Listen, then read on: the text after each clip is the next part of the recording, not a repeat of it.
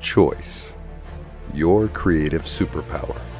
We have the power to manifest as we dedicate attention to our thoughts, but often miss opportunity to achieve the greatest good. Your superpower is waiting to be unleashed to unlock a fuller, more rewarding world for all. Join us every Thursday at noon Mountain Time for Choice, your creative superpower with Zoe Muro.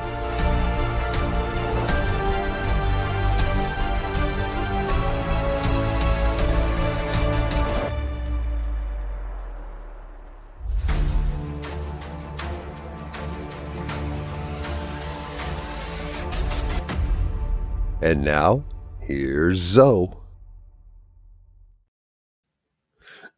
Welcome to the New Thought Media Network, folks. Good morning, good afternoon, good evening. My name is Zoe Muro, and I am, as always, honored to be your host for Choice, your creative superpower. Coming to you from Oakland, California, each Thursday at 11 a.m. Pacific time, which is 12 noon Mountain Time.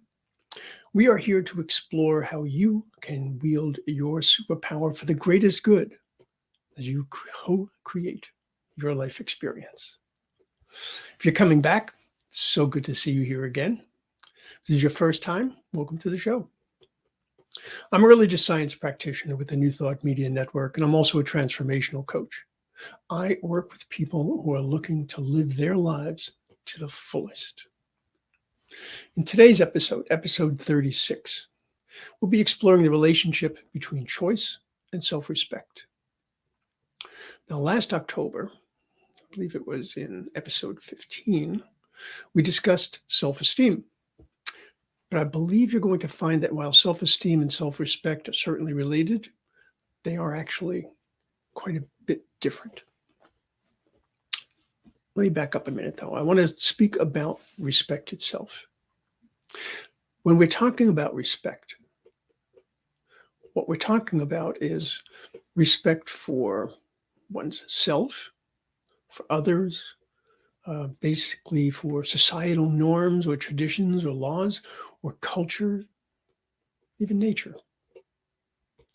The word respect is actually derived from the Latin respectus, which means attention, regard, or consideration.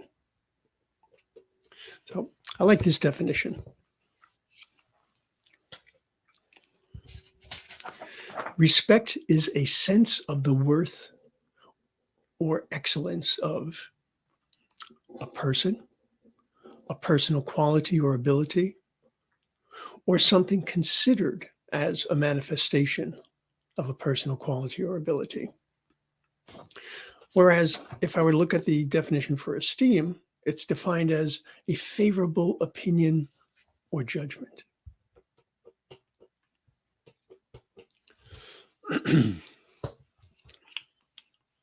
So essentially, I see the primary difference between them as being that respect is a recognition of intrinsic worth or value and then acting accordingly, whereas esteem is really more about opinion or judgment. So I want to bring this specifically to the use of the term self-respect. What we're looking at is how we not only value ourselves, but how we see that playing out in our lives, in the choices we make. And of course, the choices we make, we want to see what effect that has on our sense of self-respect. So let's put this in a different light, looking at it this way. Self-respect is knowing you are worthy, treating yourself accordingly. Or how about this? Self-esteem is about how much you love yourself, while self-respect is about how you show that love for yourself. Now, I'm going to go out on a limb here, and I'm going to say I think it would be fairly easy to accept the statement that one's self-respect affects a significant number of choices we make. But let's work this through. So I want to consider some areas of your life that could be affected by your self-respect. It's a long list, actually. Your identity, your relationships, your sense of creativity, your parenting, how you address adversity, your wellness, your mindset, your sense of abundance, how you address fear and anxiety, intimacy, balance.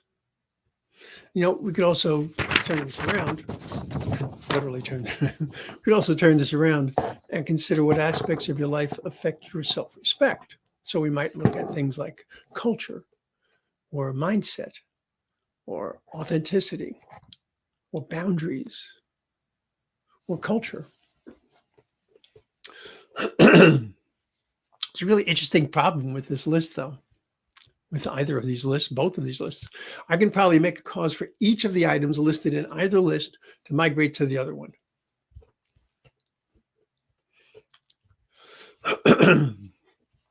Before I get into this, though, I just want to see what's going on over here.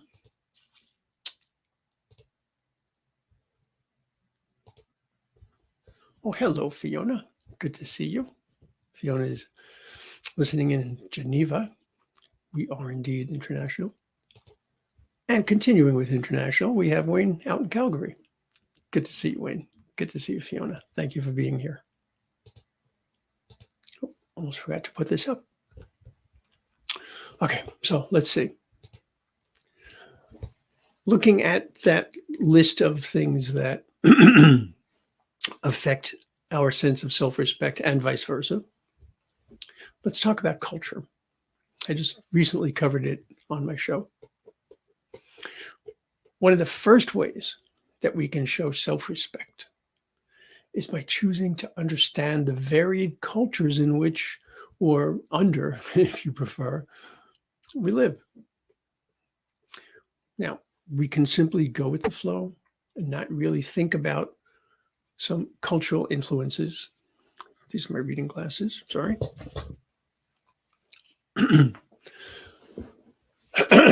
What was I saying? Oh, yeah. So we can go with the flow. We really don't have to think about the cultural influences we've grown up with and probably have lived with for some time, or we can choose to examine them relative to who we are now to ensure that they fit with our values, with our beliefs. Do they align with our sense of integrity?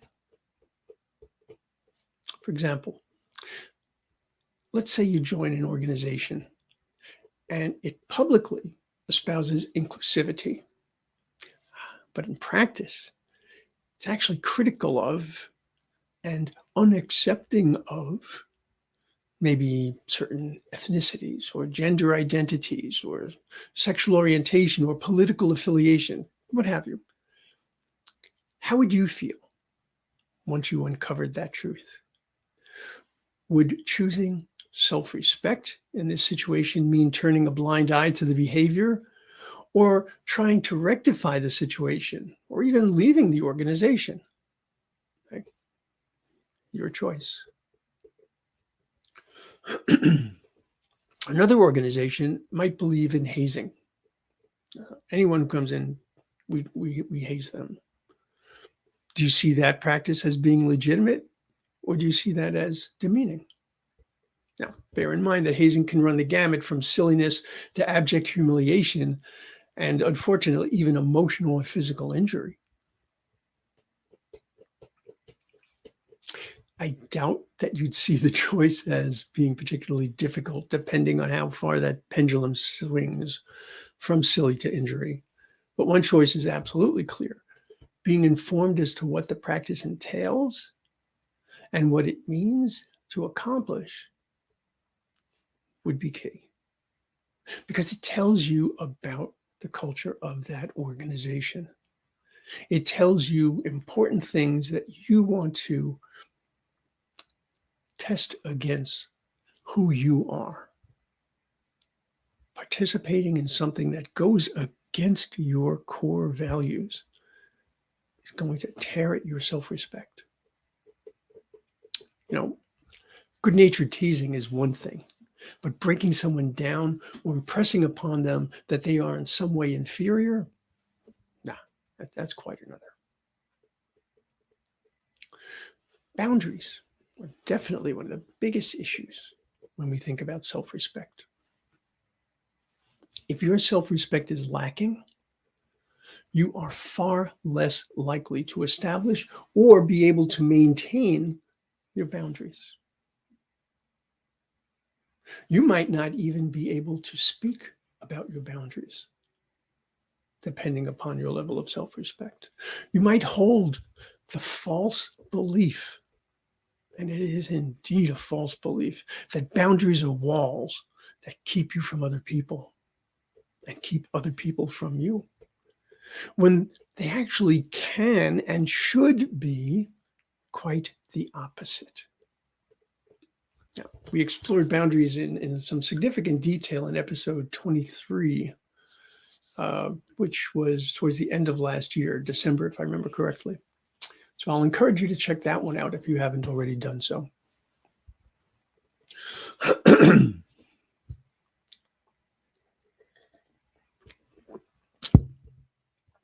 Let's say, for example, you wish to be spoken to with dignity. That's a very reasonable desire. But your manager, you can feel free to choose any relationship here, actually, belittles you. Maybe your manager belittles you in staff meetings. This can be a really tough one because, and I have to be perfectly honest about this, you're running a chance here that choosing to uphold your boundary could have repercussions for your continued employment. I know, I've been there. My sense of self-respect at that time was strong enough, thankfully, it was strong enough for me to explain, although I did this privately, that I would not accept that type of behavior. The manager in question, for me at that time, was actually a regional vice president. He smiled. I spoke with him, shook my hand. He told me how much he truly respected what I was saying and how I was taking a stand. And he suggested I might want to start looking for another job as soon as possible. Yes, I did choose to stand my ground. I did choose to look for another job. And you know what, folks? My career actually moved to a far better path. I never would have gotten to where I am now if I had not left that job.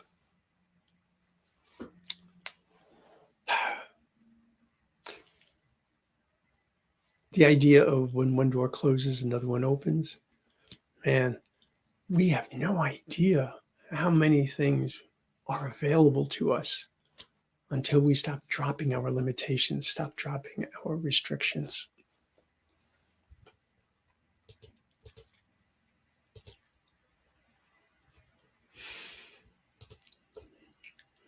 Okay. Let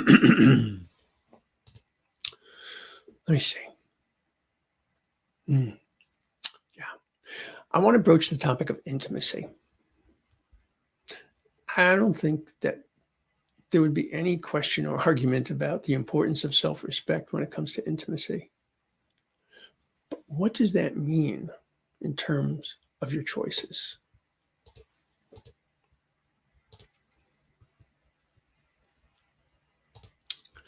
Well, first and foremost, to talk about any aspect of intimacy, we have to acknowledge that we're talking about something that is deeply personal. I mean, by its very nature, everything about it screams personal. So any choice that you make relative to intimacy has to take into account your values, your beliefs, your boundaries, and on, or you're risking if not sacrificing your self-respect. Now, if we're talking about physical intimacy, this is where you certainly can see the relative strength of your self-respect. Do you choose to be physically intimate with someone because you feel it's your obligation, your duty? Do you choose physical intimacy because it's just easier than declining? Do you choose physical intimacy as a transaction? If you do this particular activity, whatever it might be, with this person, well, then they'll do this for you, or they won't do that to you, or they'll help you with this, or they won't stand in your way of doing that. That's a transaction.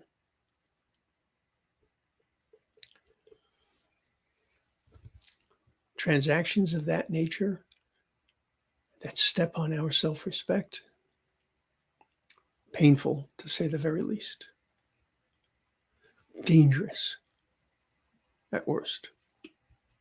A strong sense of self-respect is a legitimate protector, a guardian of our own values.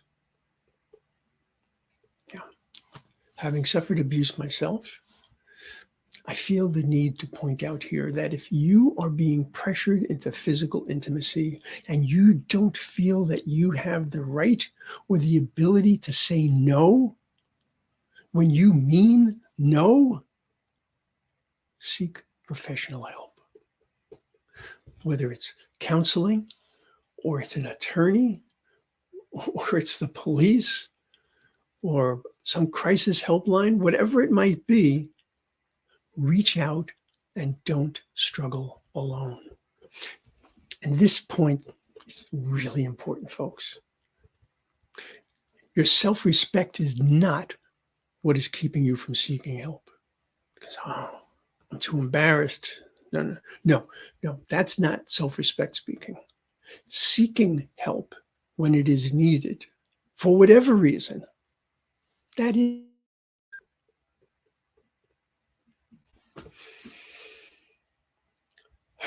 Just breathe that in for a moment. Let's talk about something a bit easier. Well, actually, it's a lot easier to talk about. Let's talk about creativity. Creativity and self-respect. Ask any child in kindergarten to draw something, and away they go. Crayons flying, imagination soaring. Ask a room full of adults to do the exact same thing, and you'll very likely get groans and fidgeting and deep sighing from most of the people in the room. This points out one of the most formidable enemies of self-respect: comparison. Yep. Easiest way to erode self-respect: engage in comparison. I probably don't even need to give any examples here, but let's do a couple anyway. I love to sing. According to my wife, who sings professionally, I'm not bad at all. I sing away happily. But ask me to sing in front of her theater folks? No, that's not going to happen. I mean, I know I'm just as good singing in front of them as I was singing in front of my wife, but now I'm comparing my voice, my ability to perform, to theirs. And suddenly I'm not good enough. You want to choose self-respect? Choose to ignore comparison. Oh, and let's be clear about this. When you compare yourself to someone who is doing a particular activity or whatever, and that's what they do as their living, that's their professional passion, and what you're doing is a hobby, that disconnect does not even allow for any kind of a realistic comparison anyway. Now, have you ever spent any time looking at Picasso's work? especially his single line drawings. You'll notice that if you hadn't known they were done by Picasso, I'll bet you would be incredibly unimpressed.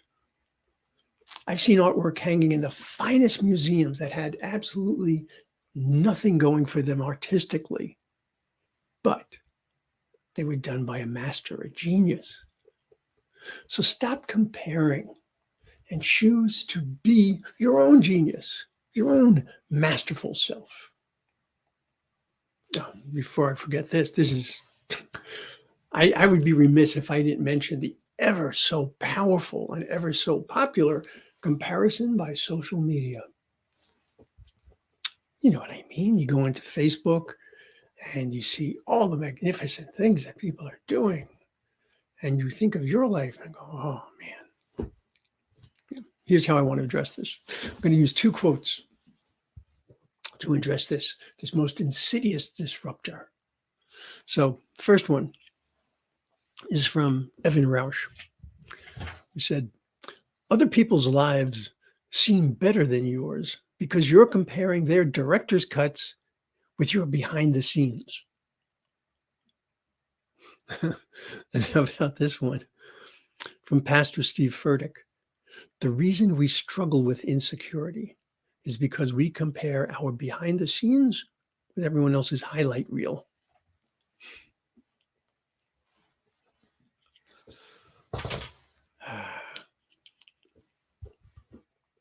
Yeah. Oh, I should put up this comment from Fiona. Fiona wants us to remind us that Picasso said it took his entire life to learn how to depict an image with one line. Absolutely true. Believe me, I'm not not denigrating his abilities at all. But seriously, there are quite a few of his pieces of work that if you look at it, it would be extremely difficult to say, wow, that is an incredible masterpiece. Taste fluctuates. What can I say?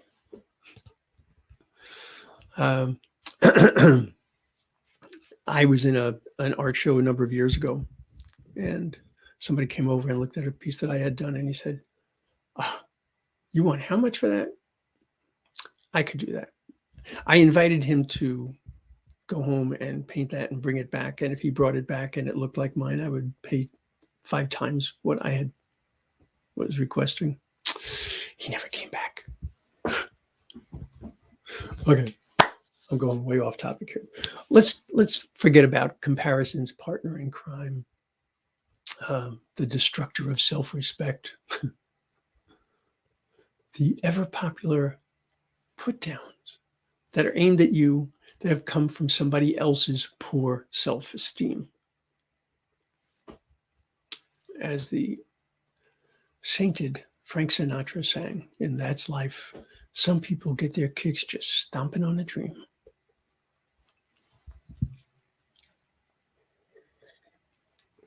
So let's leave the glorious world of comparison and go to mindset.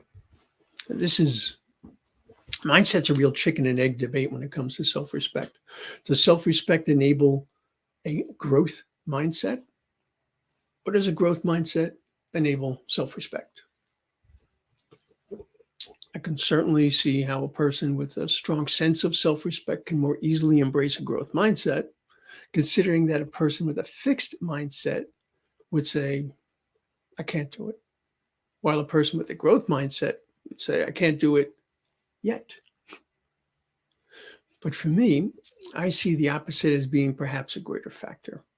If I am a person who has a strong self-respect, I am far more likely to accept the premise that any attempt at completing a task is going to result in either succeeding or attempting at succeeding, as opposed to failing.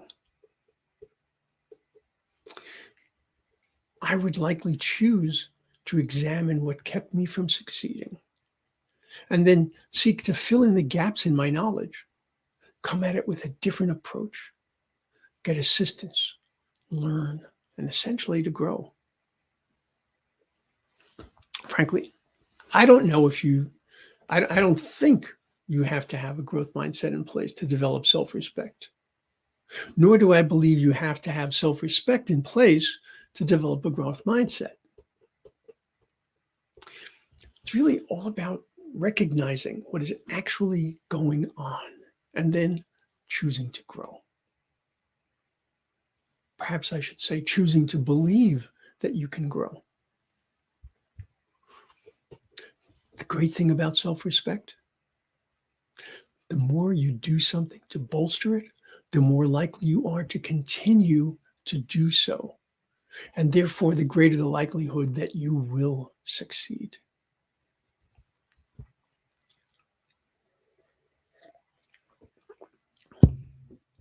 So I see my growth mindset and I see my self-respect growing together at times. Times one will go ahead of the other, sometimes one will fall behind. But I have these to bolster how I make my choices, to inform how I make my choices.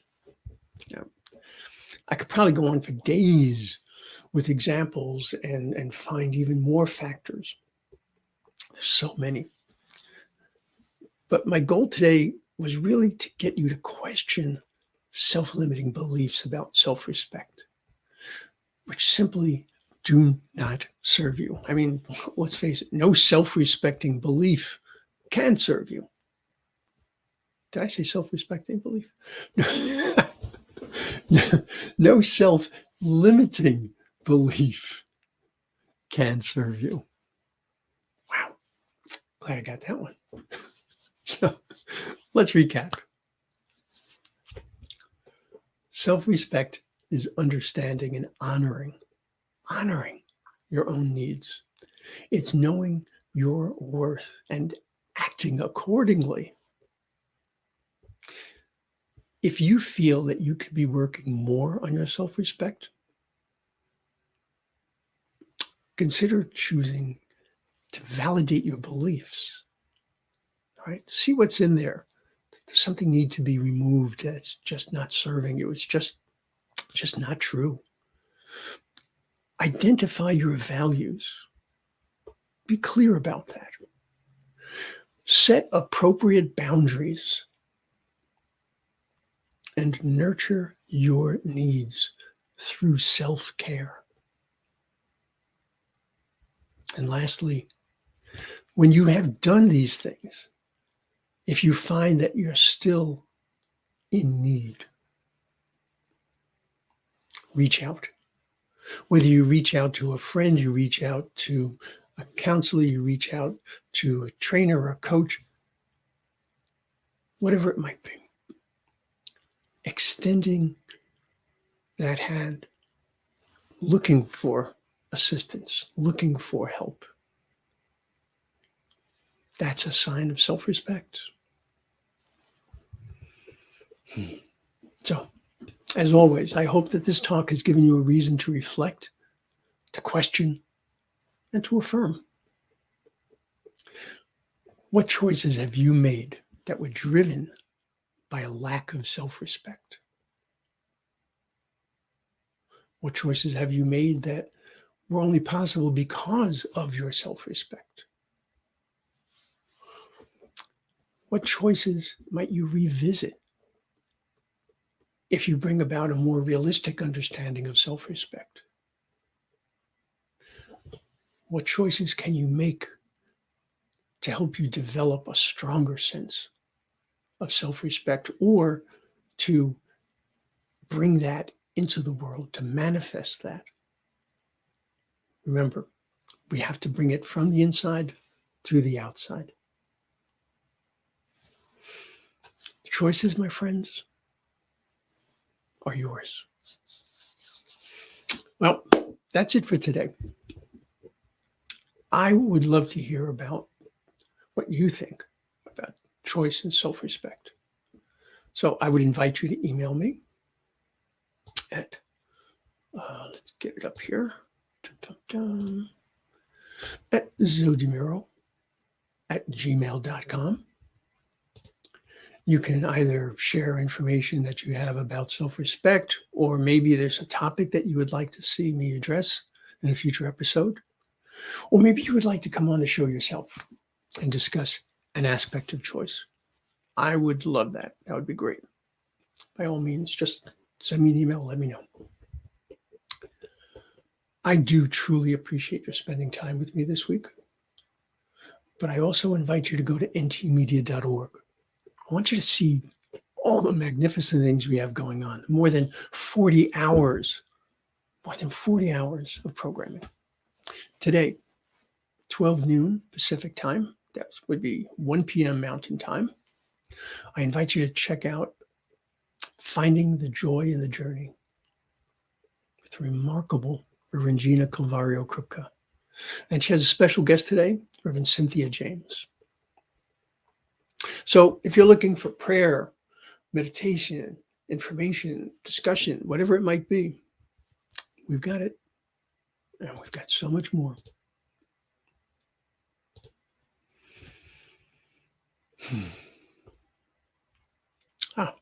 I'm glad I gave you a lot to contemplate, Fiona. You're very welcome.